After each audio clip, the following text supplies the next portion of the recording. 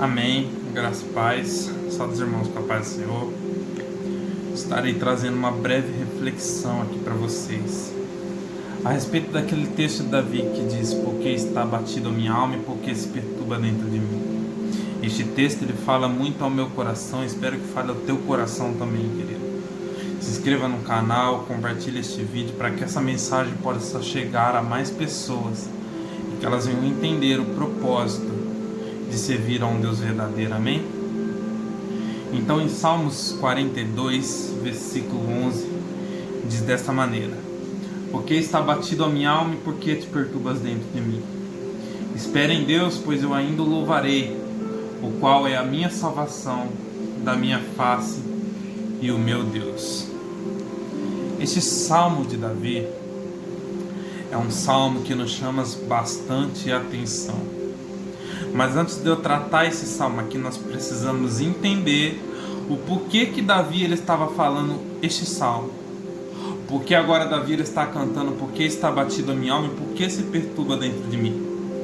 Para isso, vamos voltar da história desde lá de trás. E vamos entender que Davi ele foi um homem escolhido por Deus para ser rei em Israel. Diz a Bíblia de que Samuel unge ele na frente de seus irmãos e seu pai. E a honra sobre Davi é tão grande. Passa o tempo, Davi ele vai agora guerrear com um gigante cujo nome era Golias, que afrontava o povo de Israel. Davi, vendo essa afronta, ele fala: quem é esse circunciso que afronta o povo de Deus? E agora Davi ele vai e mata o gigante. Deus era com Davi.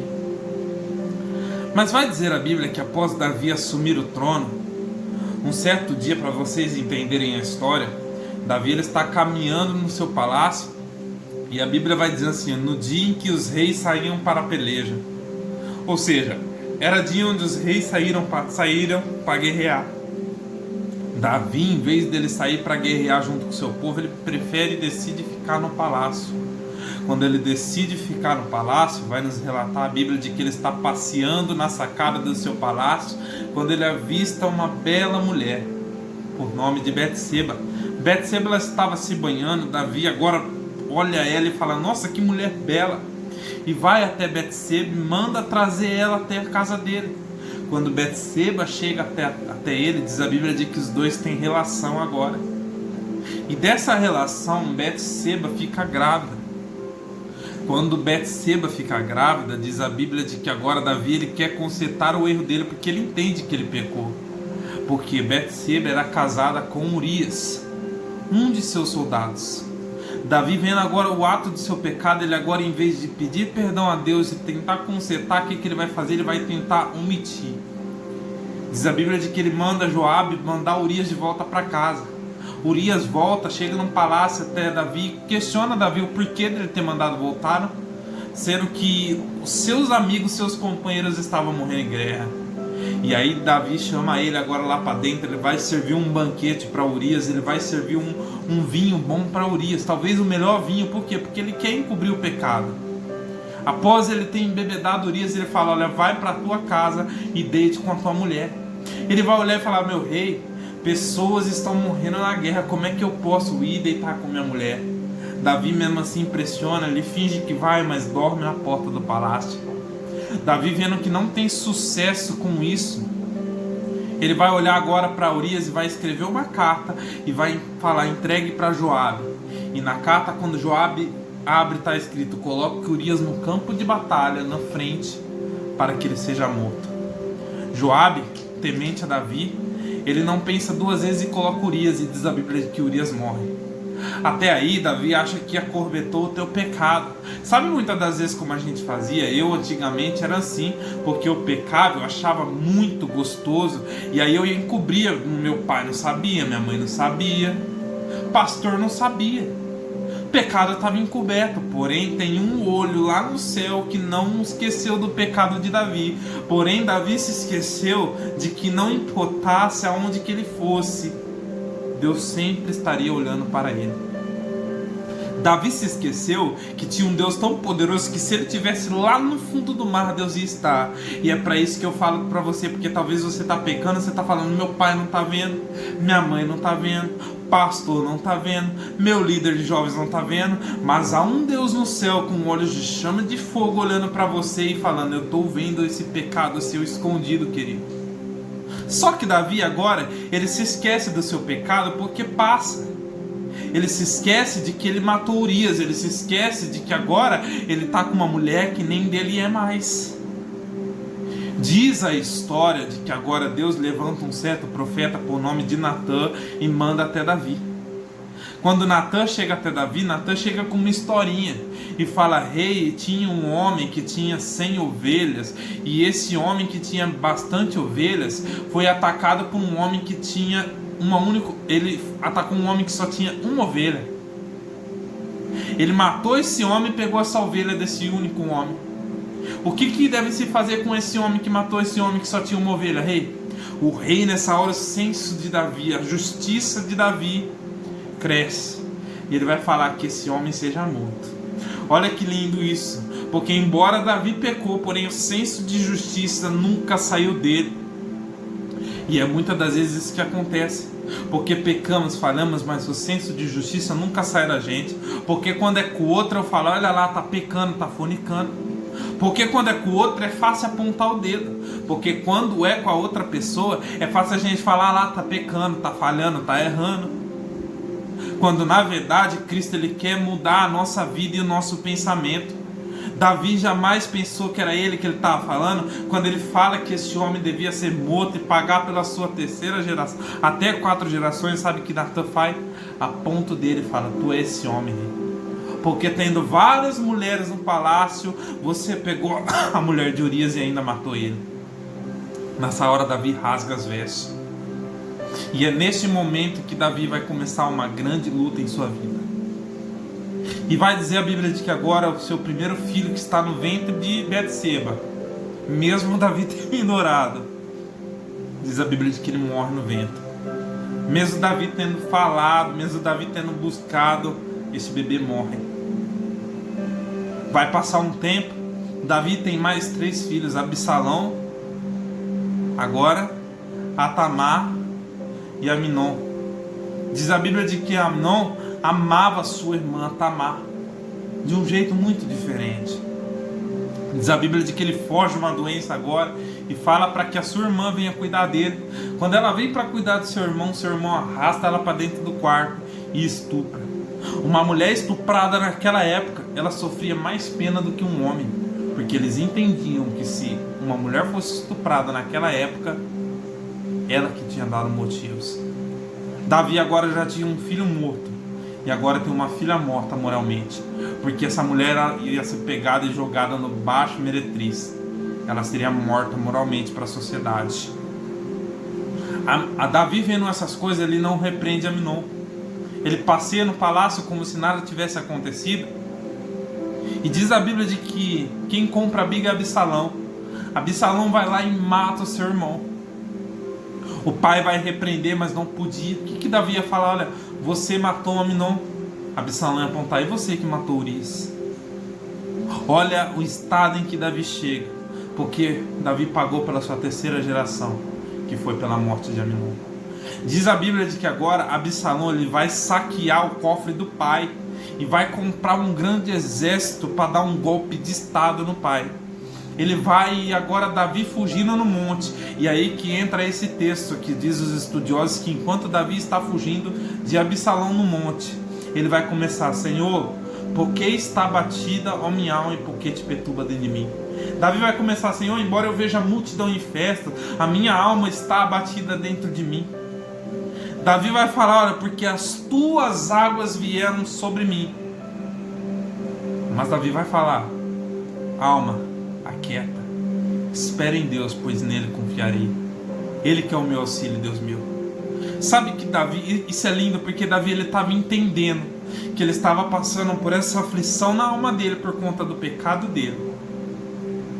E quantas vezes a gente falha, a gente erra, aí o peso da culpa vem, o peso do pecado vem, o remorso vem, Satanás começa a nos acusar, e aí a gente começa a falar: Deus, por que está batida a minha alma e por que se perturba dentro de mim? É gostoso cantar isso, mas na verdade tem outro contexto essa história. A alma de Davi está abatida porque ele entende que as águas de Deus vieram sobre ele. E ele entende de que agora ele tem que esperar em Deus. Por quê? Porque se ele esperar em Deus, ele entende que ele é o único que pode tirar essa dor, essa aflição. E essa vez eu falo para você porque muitas das vezes você tem questionado a Deus, falando: Deus, por que a minha alma está abatida e por que ela se perturba dentro de mim? E eu falo: será realmente que você tem vivido uma vida fiel com Deus? Tem sim pessoas que estão sim aflitas, como eu disse um vídeo atrás meu, por causa da pandemia, por causa de um emprego. Mas tem muitos jovens, tem muitas pessoas que estão com a alma abatida porque estão no pecado. Tem muitas pessoas que estão com a alma abatida porque falharam e agora as águas de Deus vieram sobre ela. Para quê? Para trazer um arrependimento. Eu estava lendo essa tarde com o meu amigo Gabriel Matos, e aí a gente estava lendo e falando a respeito disso, porque é uma das maneiras que o Espírito Santo faz para nos converter. É através disso, é através do sentimento de abatimento da alma, é através da culpa, e o Espírito Santo vai te convencendo do pecado, da justiça e do juízo, e aí ele te faz entender que você necessita dele. Davi, ele entendia, e agora após ele ter entendido que não era da maneira dele, sim, quando Deus quisesse, ele é curado. Davi, ele é um homem tão temente a Deus, porque quando ele perde o primeiro filho, ele ora a Deus, e aí ele vai falar: Deus, abençoa a minha vida. E sabe o que acontece? Deus abençoa. Sabe o que acontece? Deus vai lá e cura ele do luto. Deus cura Davi do luto, e isso aqui vai me chamar a atenção, porque após Davi tendo falhado, tendo errado, o Espírito Santo ainda está com ele.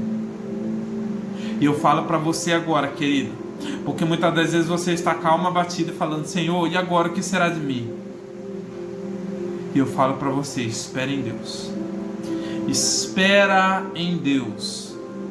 Espere em Deus, porque um dia você ainda vai louvar a Ele. Espere em Deus, porque agora a tua alma está aflita, está abatida, porém você vai cantar um hino da vitória. Quem, pois, conheceu a mente do Senhor? Ou quem foi o conselheiro de Deus, diz a Bíblia? É por isso que eu falo: é impossível a gente conhecer o plano de Deus. É impossível a gente querer aconselhar Deus, porque muitas das vezes a gente quer o quê? A gente quer pecar, a gente quer continuar no erro, e a gente não quer que a nossa alma fique abatida, e a gente não quer que o nosso espírito fique triste. Estávamos vendo a respeito hoje à tarde sobre graça, e lá em Romanos capítulo 1 fala isso, porque embora Cristo veio, se apresentou para esse mundo como um Deus, o seu reino, a tua glória, desceu, mandou seu único filho, as pessoas não pararam de pecar, as pessoas não pararam de blasfemar, as pessoas não pararam de se prostituir. E aí, sabe o que aconteceu? Nesse Romanos diz a Bíblia de que Deus entregou ele às concupiscências da sua carne. E é muitas das vezes o trato de muitas pessoas, porque Cristo tem mostrado o caminho da graça, porque Cristo tem mostrado o caminho certo para a vida, e as pessoas, não estão nem aí para a graça. E aí vem com essa desculpinha: Deus, a minha alma está abatida, o que é que eu devo fazer? Eu digo: espere em Deus, para de pecar, bota o teu joelho no chão e clame a Deus. Porque o hino que você vai cantar vai ser: o Senhor é o meu pastor e nada me faltará. Deitar-me faz em pasto verdejante. A tua vara e o teu cajado me consolam. É isso que você vai começar a dizer, porque você vai entender que a tua alma está abatida por conta dos teus falhas e dos teus erros.